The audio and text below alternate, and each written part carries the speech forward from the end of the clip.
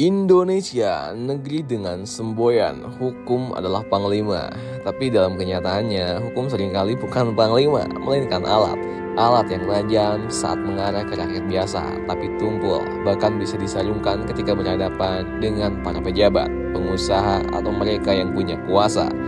Mari kita lihat satu persatu kisah nyata yang membuat kita bertanya, apakah hukum di negeri ini masih berdiri tegak atau sudah lama pincang? Di tengah pandemi, ketika rakyat kesulitan makan, ketika banyak orang kehilangan pekerjaan, muncul nama Juliari Batubara, Menteri Sosial. Ia terbukti menerima suap lebih dari 32 miliar rupiah dari proyek Bansos.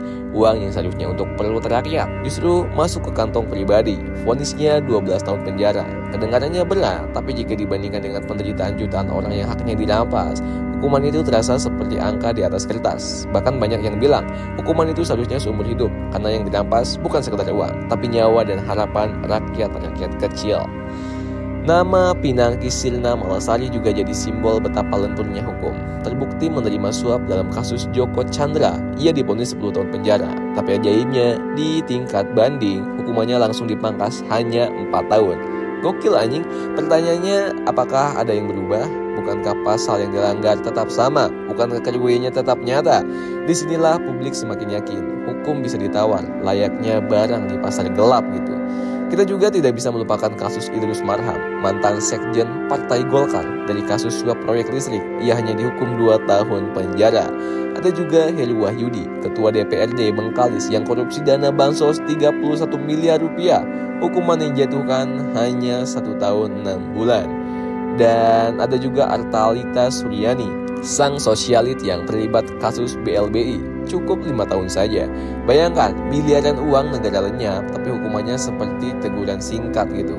Jika kita lihat, angka-angka itu tidak lagi berbicara soal keadilan. Ya, berbicara soal kelas sosial.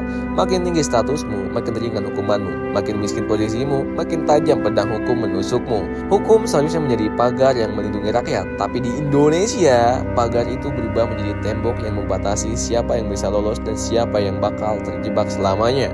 Rakyat kecil seperti Priyono terhukum habis-habisan, sementara elit punya 1000 cara untuk mengurangi masa tahanan, membeli keringanan, atau bahkan keluar dari jerat hukum dengan wajah tetap tersenyum. Ini bukan sekedar soal vonis, ini soal kepercayaan publik. Bagaimana rakyat bisa percaya pada negara jika negara sendiri memperlakukan hukum sebagai alat tawar-menawar? Indonesia masih punya harapan, tapi kadang hukum itu harus diasah ulang, diarahkan ke siapapun yang bersalah tanpa pandang bulu. Jika tidak, kita hanya akan jadi saksi dari ironi besar. Sebuah negeri yang katanya berdiri di atas hukum, tapi hukum itu sendiri berjalan pincang. Pertanyaannya sederhana, tapi memahok. Apakah kita mau terus hidup dalam sistem hukum yang runcing ke bawah, tumpul ke atas, atau kita berani menuntut agar pedang keadilan benar-benar ditegakkan untuk semua orang?